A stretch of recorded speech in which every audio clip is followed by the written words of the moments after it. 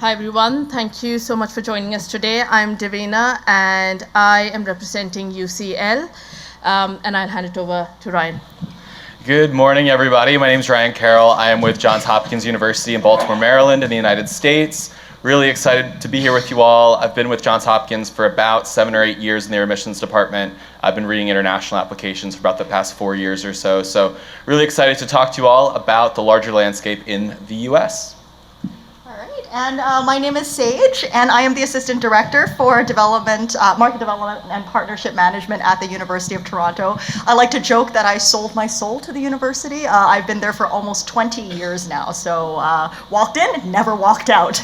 But hopefully with that, we'll be able to share a lot of what we've been seeing at our institutions, but also at the country level for all of you. Before we delve into the details, I did want to kind of get a sense of the room and everyone in the audience here today. I do see some of our institutional colleagues, but from our high school counselor colleagues, how many of you have been working in counseling for anywhere between 1 to 5 years? Can I see a quick show of hands? Oh, fantastic, 1 to 5 years. 5 to 10 years? Excellent. 10 years or more?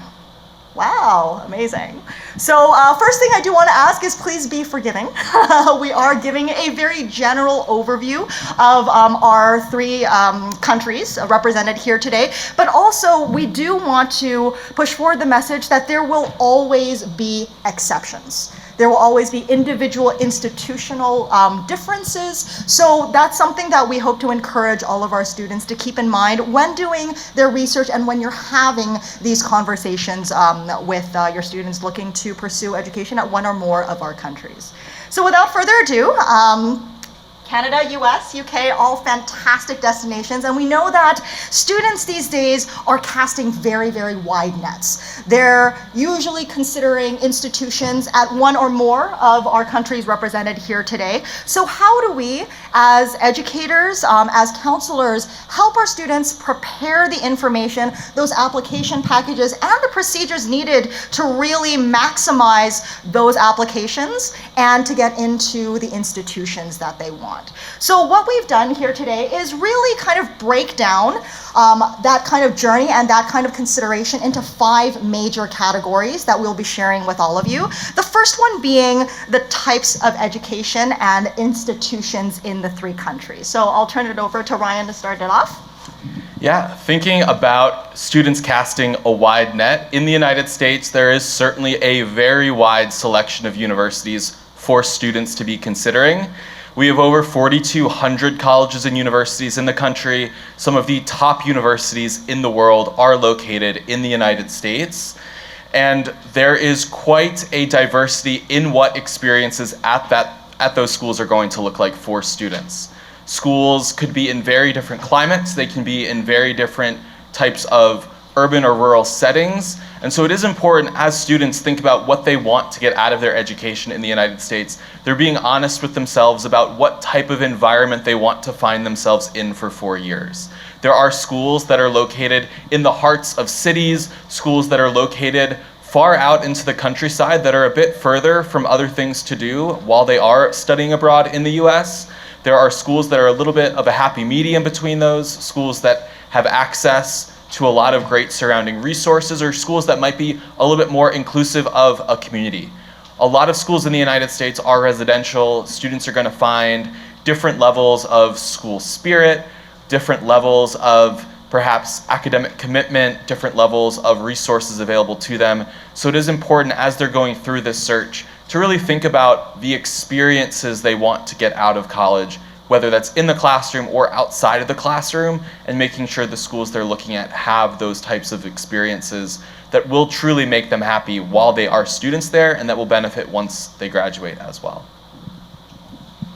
Yeah, following on from Ryan, very much similar to the US, and of course UK is the next best destination as well for a lot of students, I'm sure, at your schools looking forward. But again, UK is also renowned for some of the best universities in the world, and I think when students start looking at their college and university choices, the first go-to resource is their rankings, and you'll see that a lot of your top universities in the world would also both fall in UK. So just to understand a bit about the geographical split. So when you're looking at UK, you're looking at applying to 4 countries within the entire space. You're looking at England, Wales, Scotland, and Northern Ireland as well. And collectively, there are over 395 universities to choose from, and they're relatively large universities as well, hosting around anywhere between 15 to 40,000 students at one place. And again, the split between city campuses and rural campuses, that also defines their choices. And you're also looking at some of the most competitive places as well within the UK. When you look at the choice of courses, you're looking at anything and everything under the sun in a way. So students, especially when you compare it from an Indian perspective, where you need to figure out a course, you're looking or a wider discipline. When they look outside of the country, be it US, UK, or Canada, you're looking at very specialized degrees, and all of our institutions will be available to provide you with those opportunities. Handing over to Sage. Thank you so much, Davina. So to round us out, for Canada, we are also very similar to our colleagues here in the UK and the US. We are internationally recognized for the quality of education as well as the breadth of different programs offered. In terms of rankings, comparatively, as a very, very large country with a large swath of land, a lot of our population is concentrated in key cities around the country, which means that we have a smaller selection of universities and colleges to choose from. So generally, in terms of our rankings, we are seeing 31 universities in the Times Higher Education World University Rankings for this year, and 3 universities are consistently within the top 100. Now, one thing to note with the Canadian system is we are predominantly public. So we currently have about 100 universities as well as 127 colleges, and I'm going to go into a little bit more detail on what differentiates those two terms in the Canadian context later on. But what the public system means is that that will impact student funding choices. So that's a thing that we hope that when students are taking into consideration which countries to consider, not just the types of institutions, but also how the types of institutions will impact their tuition, their living costs, so on and so forth. So to continue on our education and different institutions, since I have the mic right now, I'll continue with Canada. Generally, we are looking at 3 major types of university types. So we have medical doctoral research universities, which generally are what we call large population universities. These generally have, I would say, about 15 to 20,000 students and above in terms of student population, and they normally cover a wide range of undergraduate and graduate programs. So a very good example of a medical doctoral research university is the University of Toronto. We also have comprehensive universities that are mid-sized, usually anywhere between 10 to 15,000 students, and they do have research activity and also includes undergraduate and graduate programs. A good example of a Canadian mid-sized comprehensive university is the University of Waterloo. And we also do have primarily undergraduate institutions at the in Canada, and these are small to mid-sized, usually spanning from a few thousand students up to, I would say, upwards of 8,000, 9,000, and they are focused mainly on undergraduate studies only. So a lot of the students that do attend primarily undergraduate institutions will then go on to other institutions for their grad studies. Now, a good example of this is Bishop's University in Canada. And of course, we can't forget our colleges and polytechnical institutions. So these are the students that are looking for that hands-on experience, that college experience that doesn't necessarily delve into the research side of things. Thanks, Sage. And moving on to UK. So in the UK, you'll find all of your major universities are public. So all your educational institutions are governed by the public and by the government. So you don't have a concept of private universities in the UK, and you're applying to all universities generally, in a way.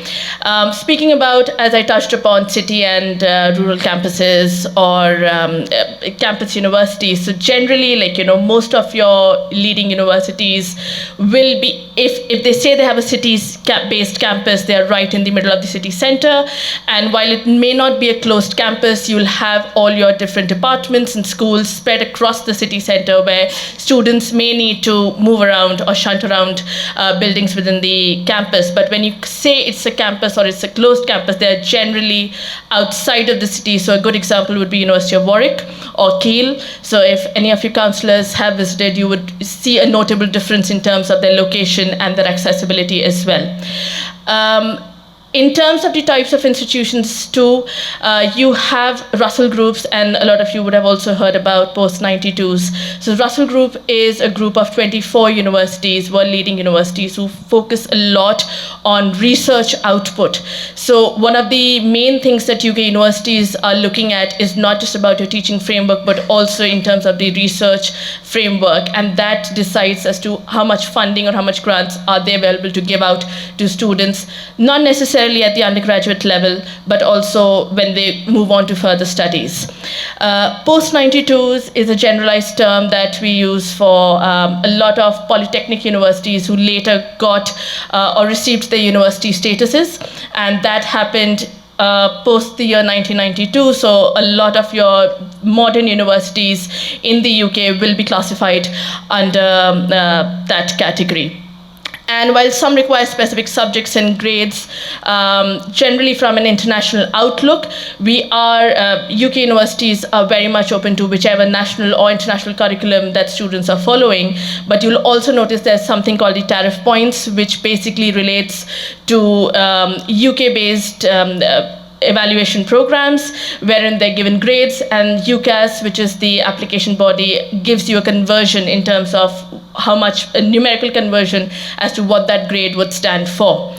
And just to sum up within this slide for UK, we are not looking at the best university. Of course, there's massive competition within the small continent, but we are more looking at what best fits the student in a way and what they are looking for. So we'll be touching upon that a bit more, but at this point in time, I'll hand it over to Ryan. All right, and in the United States, we also, like Canada, have a bit of a mixture of public and private universities. When we talk about private universities, these are schools that are receiving the majority of their funding from private endowments. Public universities in the US are getting most of their funding from state or federal governments throughout the country. There's always a little bit of mixture in those fundings. Private schools may tend to be, on average, a little bit more expensive for students. Public schools, on the other hand, may have more requirements for in-state versus out-of-state students when they're making their classes of students. So there's going to be different considerations for international citizens and international students to have while they are looking at those two different types of institutions. We do also have a mixture of 2-year colleges and 4-year colleges. So our 4-year universities are going to be offering those bachelor's programs in science or in the arts. Those 2-year universities or colleges are going to be offering associate's degrees for students. Oftentimes, students who participate in a 2-year college will then transfer afterwards to go to a 4-year college to get their full degree. But a consideration that is important for international students to keep in mind is many schools that have funding for international students or have a financial aid budget for international citizens might not have that money available for students transferring in, and they reserve it for students who are applying solely in that first year application process. So those are important things to consider for students who are looking potentially at some 2-year colleges. In terms of the larger types of 4-year institutions that we have, there's a good mixture of research institutions, liberal arts colleges, and specialty institutions that we offer throughout the country. These are all going to have a mixture of opportunities and resources available for students. Research universities are schools that offer multiple levels of programs, whether it's undergraduate, they've got graduate programs, they often have professional or pre-professional programs for students as well. These tend to be a little bit larger institutions. The focus really is on students and faculty producing original work and developing skills that are going to make them strong in academia, or once they go into the professional world, have a lot of those hands-on experiences that set them up for success. Liberal arts colleges tend to be a little bit smaller. The focus there is less on a research mindset, although that can certainly still be present. These are mostly residential colleges. The focus here is more on that undergraduate experience. Those seminar-style classes, really engaging with peers, engaging with professors in that collegial kind of conversational environment where they're learning from one another, where they're engaging with material, and then going on to postgraduate plans after that. And then specialty institutions cover a wide range of schools. These could be military academies, they could be music conservatories, vocational schools throughout the United States. And so they're all going to offer slightly different programs. And going back and thinking back to the last slide, as students think about what they want to get out of their 4 years if they're looking at the United States, making sure that the type of school they're applying to and looking at aligns with what they want to get out of their undergraduate experience is really important. And of course, schools can be any combinations of these. At Johns Hopkins, we actually are components of all three. We are a large research university, but we are also a liberal arts school in the way that we approach classes for students. And then we do have a music conservatory as well for students that offers programs in dance, music, and fine arts. So whether students are looking for more of those hands-on experiences, more of the discussion-based, or more of a specialized program, understanding the schools that they're applying to, whether they are primarily located in kind of one of those areas, whether they're a combination of any of the three, is really important for students. Sure, I can keep going. Kind of building off that, thinking about the style of education within those schools in the United States. I mentioned the difference between those 2- and 4-year schools. A lot of schools that students are considering are those 4-year institutions, at least at first in the process. Those are going to offer your bachelor's degrees. The way that students apply into these schools is going to vary a lot in the United States. Most schools have different or slightly different admissions processes. The way the schools might individually be structured could be different. Universities might have separate colleges within that larger university. There might be a college for engineering, there might be a college for business. They might have separate majors that students need to apply into specifically, or they might not need to do any of that and they just need to apply to the university itself. And so that is going to depend on the specific schools that students are looking at. And I think this is also really important for those students who may need some time to figure out what it is they're looking to do in college. If a student generally knows they want to go to college, they know the general types of things they might be interested in, but need some time to figure out what it is they truly want to do, finding schools that are going to offer flexibility in that application process so they don't get locked into a program that they might change their mind about a year or two into college is going to be really important for them. Some schools, you can very easily double major as well. I think this is pretty common in the United States, and a question I certainly get abroad quite a lot is about double majoring or combining areas of study within schools in the US. Different schools offer it to different degrees. They have different levels of flexibility. Some schools, like Hopkins, really do encourage students to have multiple areas of study. Some really want students to focus on a particular discipline in their undergraduate years. And so making sure students understand that, again, if a student knows exactly what they want to do, they know the program they want, they know the outcome they want of that program, they're probably going to be looking at, or they'll be looking at different schools than a student who might need some more time to figure out what it is they want to do, or might want that added flexibility if they do change their mind. So schools are usually pretty transparent about this, but it does take that extra step from the student to make sure they are doing the research and understanding A, what they want, and B, what the schools they're looking at are offering to them. So one thing that I'd like to say about UK as a destination is that we really believe in letting students finish their education soon. So unlike a lot of other destinations, UK universities will offer a 3-year bachelor's degree, and wherever you'll see a 4-year option, it's generally an integrated master's or an integrated year in industry or an integrated year abroad, and so on and so forth. So British education system is basically looking at shorter durations of education so that students are well prepared and they can enter the job market or the employment sooner than a lot of other destinations that will ask for 4 years of undergrad, 2 years of masters, and so on and so forth. In the UK especially, all of your universities will be providing you an undergraduate option or a postgraduate taught option, which will be a standard master's degree, or a postgraduate research option, which will be, it could be an MRes or an MPhil or a PhD as well. So all of that is basically research focused. When you're approaching applications to UK as a destination, we are looking at not telling students to apply to a university, but you're applying for a discipline, you're applying for a course, and you really need to know exactly what you're signing up for.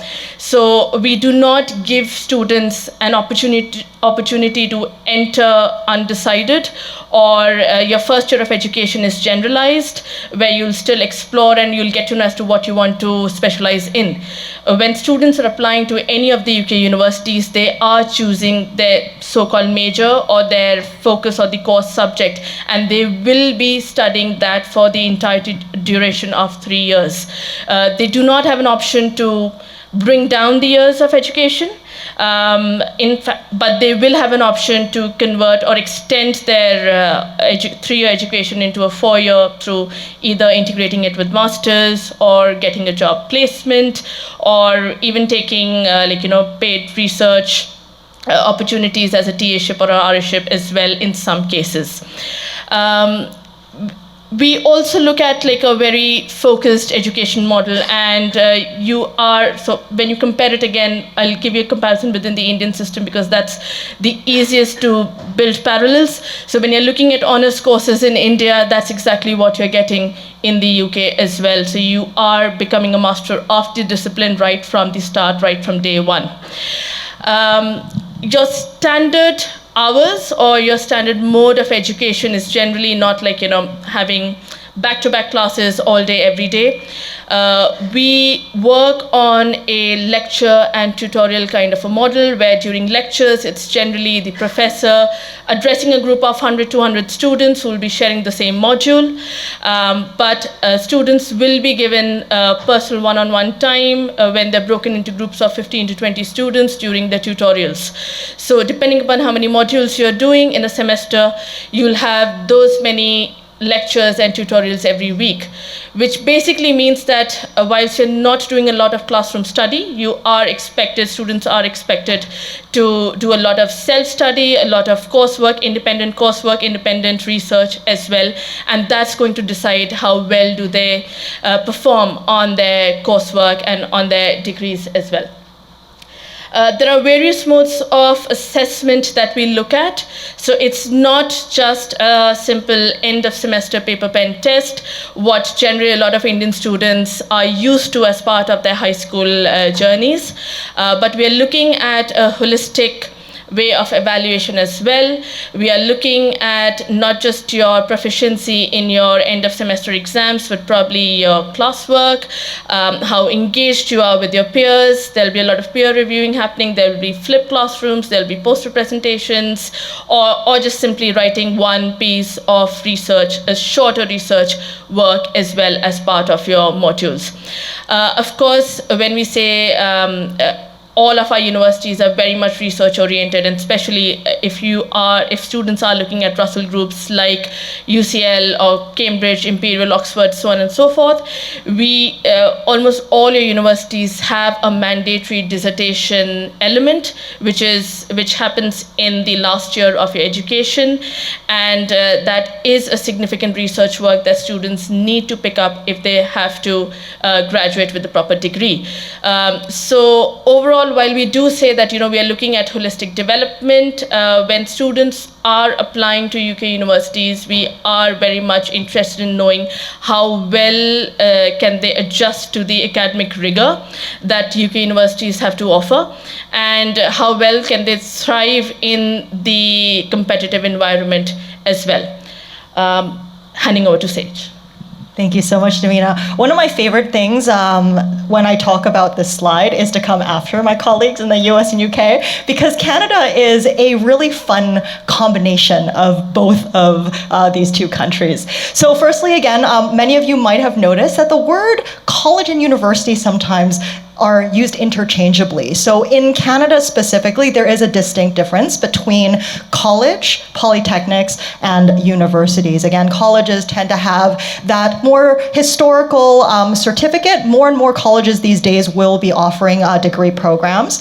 And universities have historically always been more research focused, as well as offering 4-year bachelor degree programs. So that's a thing to consider when doing research about Canadian institutions and where your students want to apply to.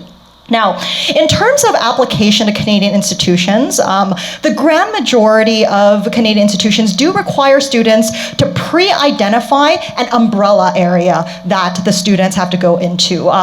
Virtually no institution in Canada will have an undecided stream that they offer in the States, but it is an umbrella. So we're looking at general humanities or life sciences or social sciences. If students are interested in professional areas or faculties such as engineering, they can go into that area, or architecture or music, so on and so forth. But once they get into that umbrella, then they can branch out and really mix and match the different types of subjects and programs that the student might be interested in. So in Canadian institutions, a lot of times you can see students pursuing a specialist or a mixture of different majors, or even majors and minors that cross between different areas. So for example, a student could potentially do a major in a science, but also take a minor in like a humanities and do another minor in like a physical or mathematical science. So that flexibility is something that Canadian institutions do enjoy offering, and also see our students thrive in. We often get this question a lot from students looking at institutions in Canada. If you want to study law or medicine, what options do I have? So all Canadian institutions, law, medicine, nursing, so on and so forth, are all second entry programs. This means that students need to have, in most cases, a full undergraduate degree before they can pursue entry into one of these second entry programs. However, some second entry programs will consider students with as little as 2 years of experience at the undergraduate level. So again, when we opened up this session earlier, there will always be very specific institutional outliers or very specific institutional requirements where we're hoping that students will take that extra step to do their research. There is no cookie cutter solution for applying to all of our institutions or all of our countries in one go. And of course, graduate and professional programs. When looking at institutions in Canada, students should also be looking at what they want to do after their undergraduate degree. Do they want to pursue postgraduate studies, staying in Canada, or going to another country, and whether or not the institutions will provide that degree or the content needed for the student to pursue their graduate studies elsewhere. Now, the good news is the grand majority of Canadian universities, these degrees are recognized all over the world, so it is possible for students to pursue, let's say, graduate studies at UCL, graduate studies at Johns Hopkins, or other institutions of their choosing. So very, very flexible when they're considering, less flexible, but once they get in, the world opens up.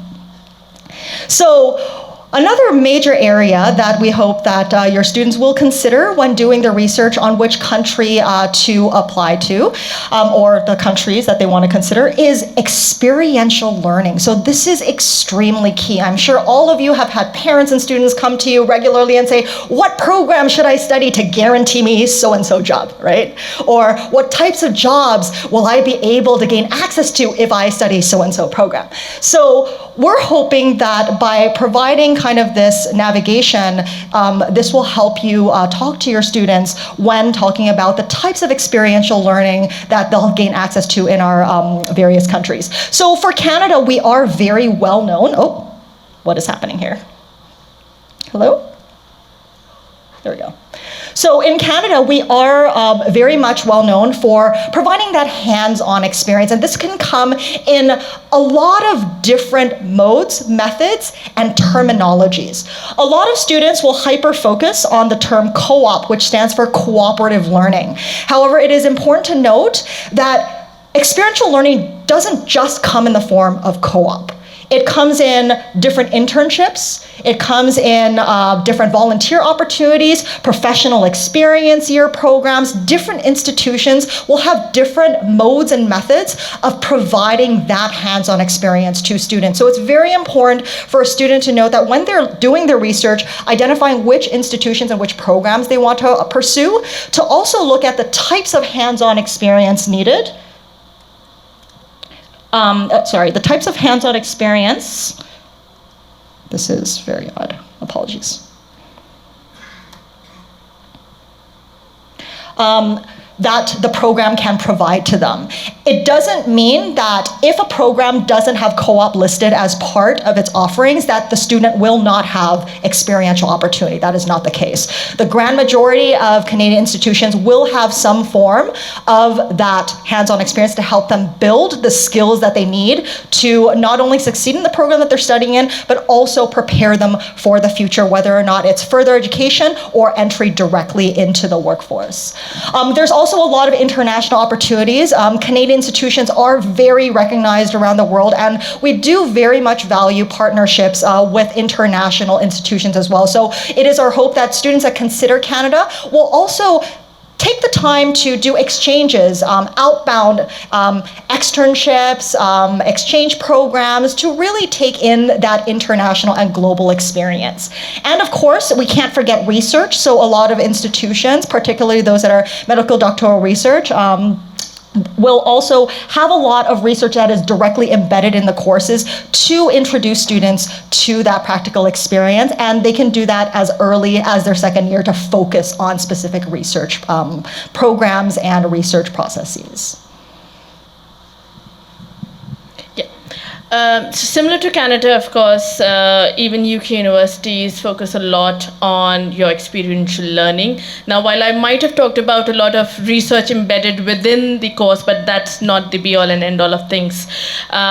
In terms of experiential learning, whilst we are not providing students with a major or a minor option, or where they can dual majors or study two things at a time, we do bring in interdisciplinarity and interdisciplinary education as part of the core courses that you're doing. A lot of the work experience that comes within a British education system would primarily pertain to employability or skills development or professional development that would be embedded within the course framework or the curriculum that the students will be studying. So it's not just, for example, your professors teaching you, but there are a lot of industry partners who would be coming in, or emeritus professors who would be coming in, or industry leaders who would be coming in to provide you with actual skills or provide you with experiential knowledge, which will form a part of your evaluated curriculum. An example of interdisciplinary learning that some of the universities would do. So, for example, at UCL, all of our engineering programs are termed as IEPs, or integrated engineering programs, where you're not just doing the core engineering function like mechanical or EEE or civil, but you're also merging elements like nanotech, fintech, data science, policy, or even a foreign language, in order to make your education so-called major, minor, but those elements will not be evaluated. Students have the flexibility and the freedom to pick up specialized programs outside of academics as well. This could come through your clubs and societies, which are very much formal organizations that will allow you to explore additional regions or areas of expertise that you may want to pursue. And a lot of students sometimes figure out that whatever their core course that they were doing at the undergraduate level, that is their first degree, but in the second degree or as a master's, they may want to diversify or have an option to change their streams, which is very much possible when you're looking at a British education. Talking about years in industries, or industrial experience and partners, these generally would be either a one-year program embedded as part of your curriculum, and your total degree would be for 4 years, or you're free to choose any and all kinds of internships, work opportunities, voluntary experiences as part of your non-term time period as well, because UK allows you to work full-time when you're on vacation.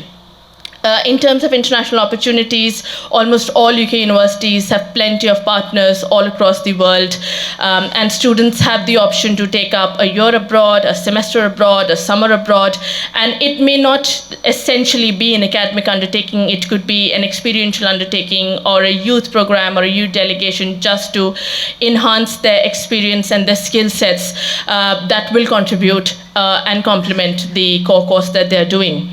And the fantastic location that UK has, the proximity to all your leading destinations, be it US, Canada, Australia, and East Asia as well. There are plenty of links and connections for students to move around the globe in that way. And as I already touched upon the research element in terms of a dissertation, you are looking at a very specific project that will allow you to take up more specialized jobs or employability and skills when they're ready to enter the job market.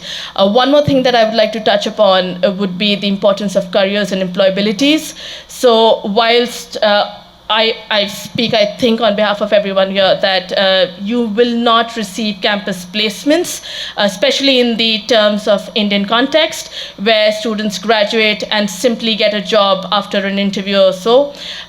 In most of international universities, we have careers and employability teams which are centrally placed, and some of our departments will have their own bespoke careers teams as well. So we do generally recommend students to be proactive and make that effort to reach out to those teams to further enhance their experience. The earlier they try and the earlier they reach out to these career coaches or career experts that are on your campus, the more broadening of horizon happens, and they realize as to what the demands of the market are, what exactly employability means. So an education at least from a UK perspective, an education from a UK university is not about guaranteeing a job, but making you employable and making you ready to face the job market, especially from a UK and European perspective, and how well you adapt to it. So we are providing you with the skill sets that will make you successful moving forward. Yeah, and there are a lot of similarities in the United States to some of the experience we talked about in the UK and Canada. When we're thinking about work experiences for students in the United States, again, those internships, those co-ops are great programs for students to get involved in. There is also a program called OPT in the United States, Optional Practical Training. This is an opportunity for students to do work related to the area of study in which they are currently engaged. So this is something we'll talk about, post-grad opportunities for students, on the next slide, but this does go hand in hand with post-grad opportunities for students. The amount of time they spend doing OPT as an undergraduate student may affect the amount of time they have for it once they do graduate, but there are plenty of opportunities for students to get those professional experiences while they are spending time as an undergraduate. We do have a number of international opportunities. Study abroad is very common and popular within the United States, whether it is for a full semester, whether it's for longer than a semester, but there's also smaller study abroad programs that are offered to students potentially over the summer or between fall and spring semesters. It will depend on the specific schools.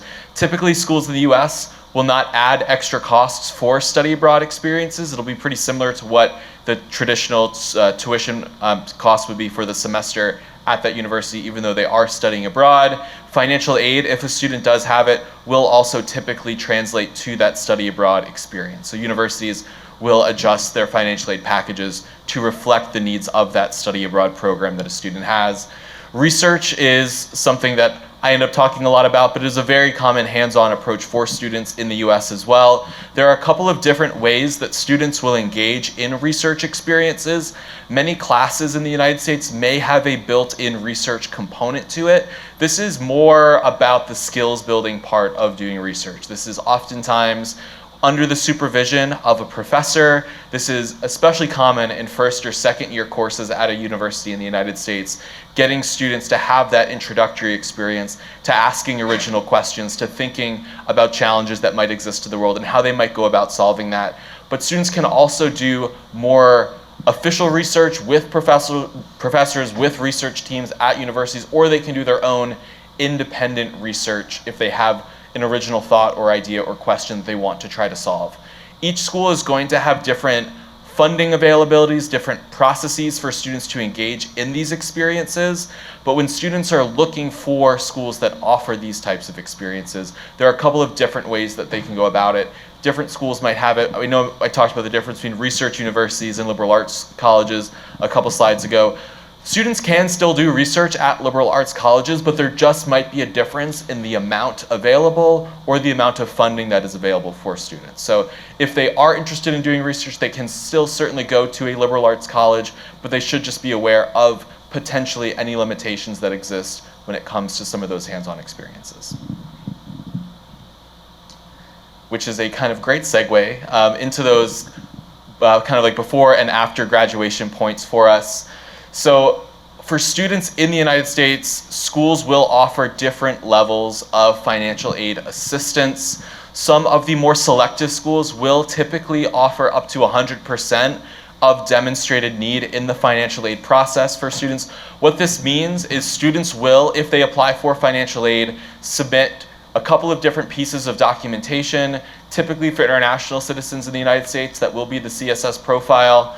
The universities will take a look at the information provided in that profile and determine how much money the student and their family can reasonably afford to pay every year towards that overall cost of attendance. And the universities, if they do choose to provide financial aid to that student, may meet 100% of the gap between what it costs and what the student and their family can afford. It's important for these schools in the US because we want to make sure that we're getting students that offer the universities a diverse range of perspectives. Schools want to make sure that we're bringing together communities that reflect the various differences across the world. And we want to connect our current students to the larger alumni networks that we have as well. Alumni engagement is very common for schools within the US. Many schools, if not most schools, have different alumni engagement teams that are constantly connecting not just alumni with other alumni, but with undergraduates to the larger alumni networks as well. They do events in market, and understanding what those alumni connections look like can be really helpful as students think about their post-grad opportunities and how they'll be able to translate their experience at a university into larger career outcomes and opportunities. We also have plenty of different offices that are offering support around every part of the process. I know for a lot of students there might be a lack of familiarity, understandably, with resources or structures in place at schools.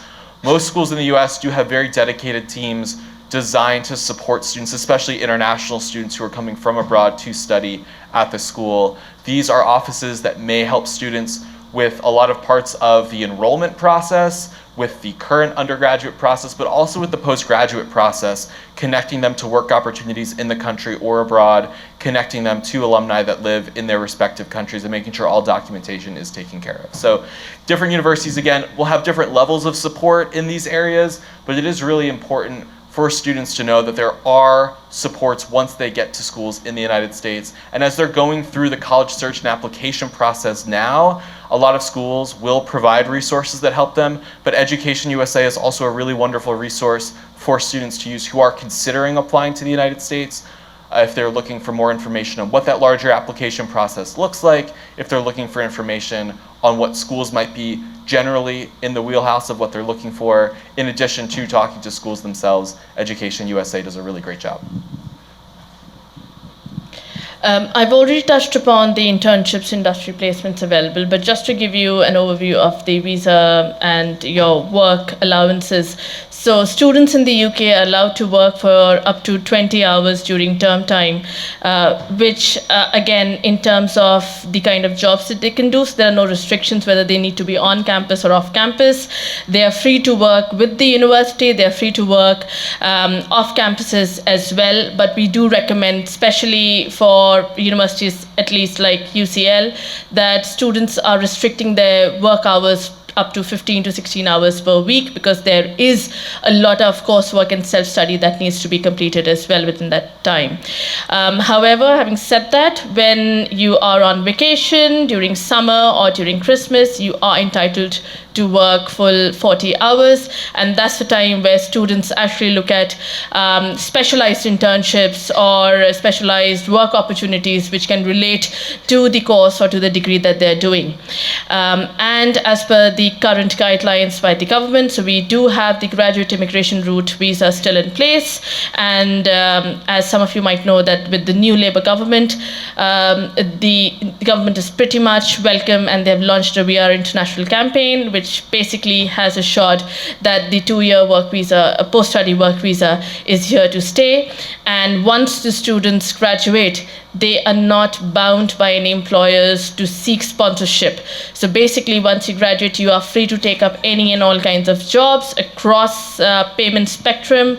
So all of our students can benefit through the scheme. The only caveat remains that the students need to graduate within time. So anyone who is asking for extensions as part of their education, either in terms of dissertation submission, or they might have failed one of the modules and they want to have a resit.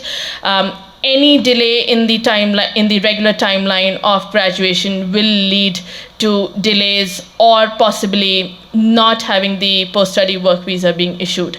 So a top tip that we give to students is that try and work through the timeline that the university has proposed so that you can reap better benefits.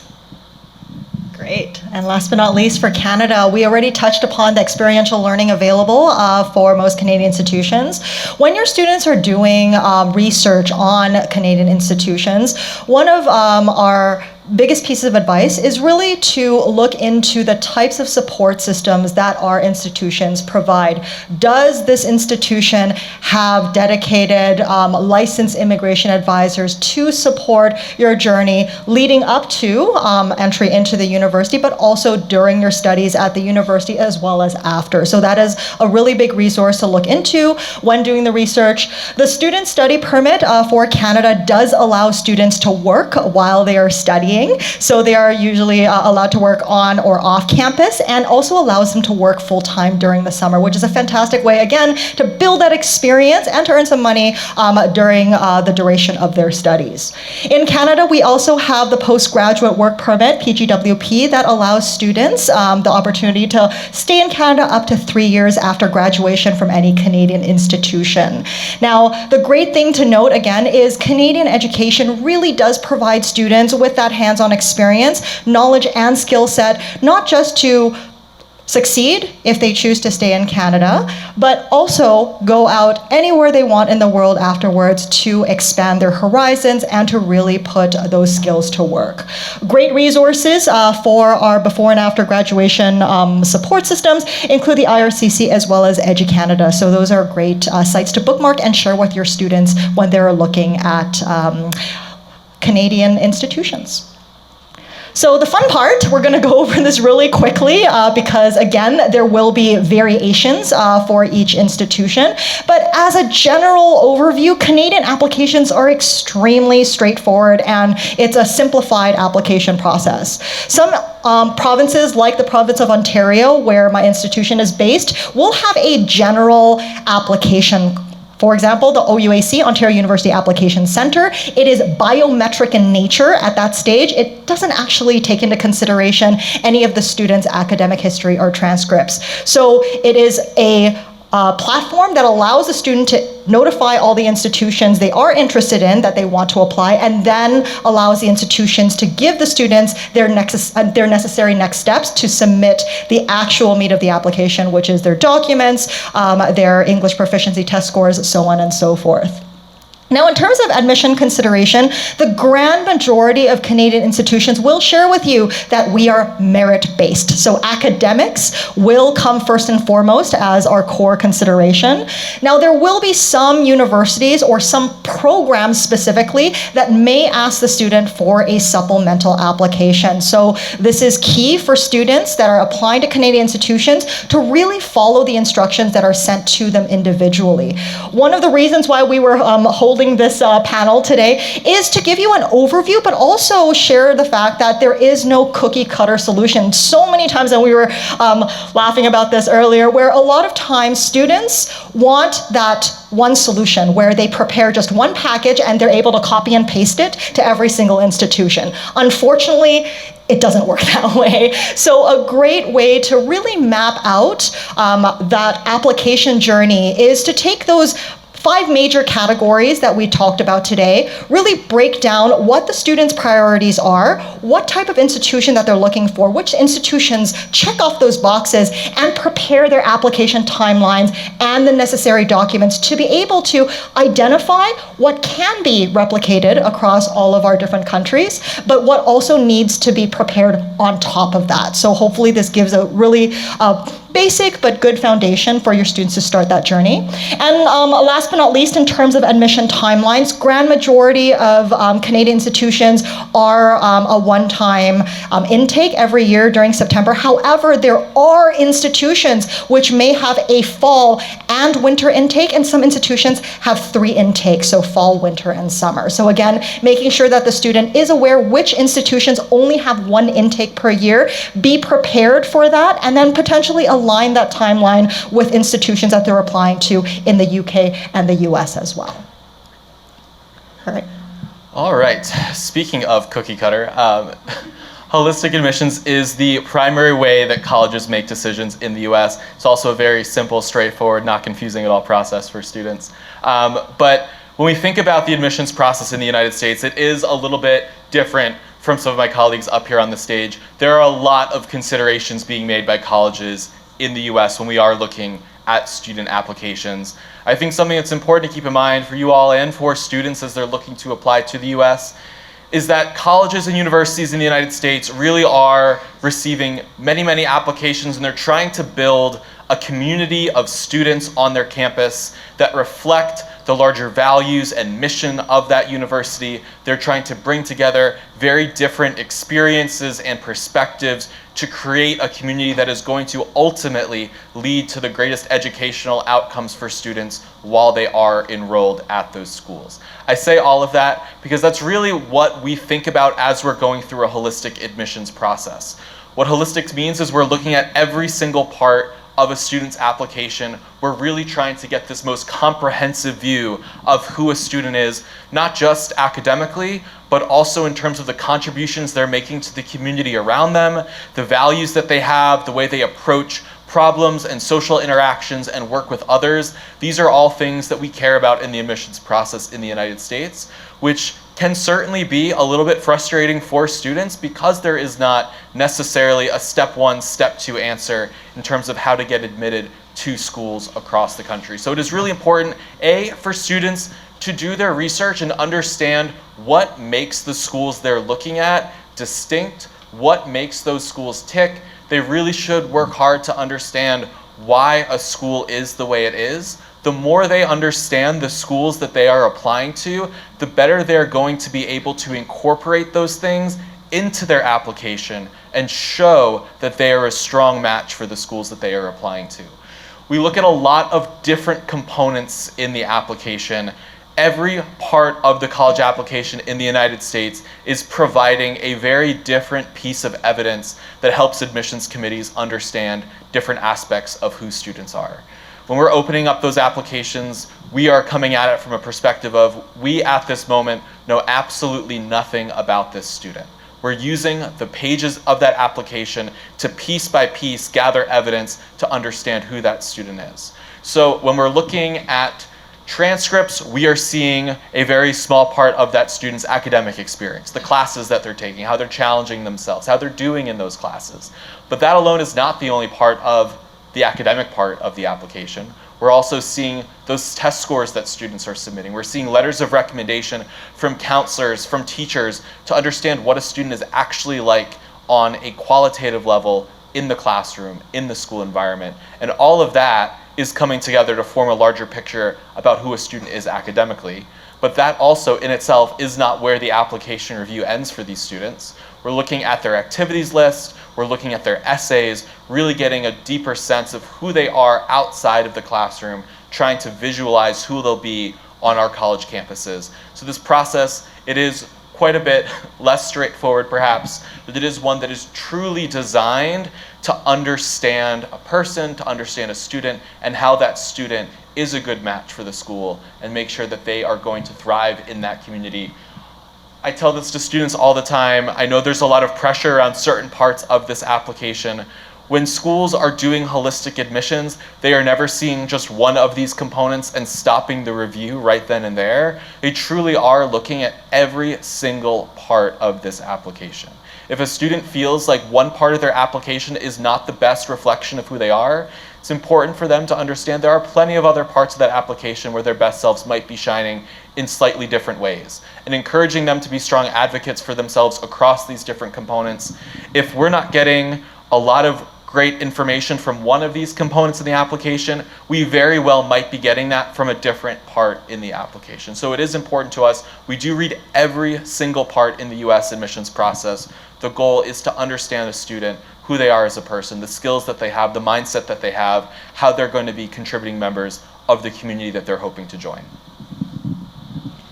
And finally, coming to United Kingdom, well, we are very, very straightforward. There's a central application process, which is UCAS, University and College Admission Services, and you can apply to up to 5 universities at a time. And especially when you're looking at applying to Oxford or Cambridge, you can only apply to any one of those. You can't apply to both Oxford and Cambridge in a year. And all these 5 universities will be sent just one application with one statement of purpose that you write for the course. So that's what, when I mentioned in the beginning of the session, that when you're applying to UK universities, you're not applying to universities, you're applying for a discipline, you're applying for a course, and that is where it bears resemblance. And there's only one document that goes to all 5 universities. So the anonymity when you're writing personal statements, when students write their personal statement, is very necessary. Not mentioning the name of the universities is also essential. What we are looking at very specifically is primarily your academic merit, your academic rigor, your suitability for the course. So we are only looking at your education history, we are looking at your transcripts, and we are looking at your personal statement. A top tip that we try to give to students every time when they write their personal statement is that list it in such a way that we can see that whatever you are putting there, so statement of purpose, so we want to see the purpose, we want to see the drive, and we want to see that you fit the requirements, the bills of the universities that you are applying to. You need to know essentially what you're signing up for, and that's why you need to do your research well as to what kind of universities you're applying to, what course, what modules are they offering, and you then need to relate in your personal statement when you're making your application.